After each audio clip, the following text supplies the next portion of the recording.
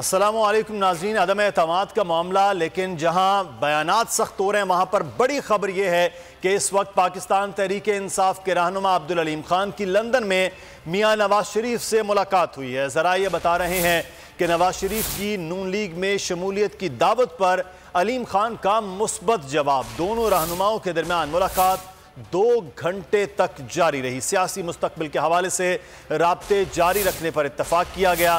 पंजाब की गवर्नेंस और दीगर मामलात को अलीम खान ने मायूस कुन करार दिया। इसहाक डार और हुसैन नवाज भी मुलाकात में शरीक थे। ज़रा ये बता रहे हैं कि सियासी सूरत हाल और तहरीक अदम एतमाद पर बातचीत की गई है। नवाज शरीफ की जहांगीर तरीन की जल्द सेहतयाबी के लिए नेक ख्वाहिशात। जहांगीर तरीन अलीम खान के इकट्ठे भी नवाज शरीफ से मुलाकात होगी, ये भी ज़राए बता रहे हैं।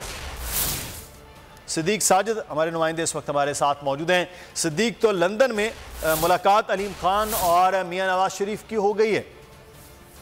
जी बिल्कुल, और नून लीग के ज़राए ने इस बात की तस्दीक कर दी है कि बुध की रात ये मुलाकात हुई थी और 2 घंटे से ज़्यादा ये मुलाकात जारी रही। और मुलाकात में इसहाक डार और नवाज शरीफ के जो बेटे थे हुसैन नवाज वो भी मौजूद थे। दोनों ने खाना भी इकट्ठे खाया और इसमें मुलाकात में पाकिस्तान की मौजूदा सियासी सूरत हाल, तहरीक अदम एतमाद, पंजाब की सूरत हाल पर तफसील के साथ जो है वो हुई। और नवाज शरीफ ने जहांगीर तरीन की जल्द सेहतयाबी के लिए भी नेक ख्वाहिशात का इजहार किया।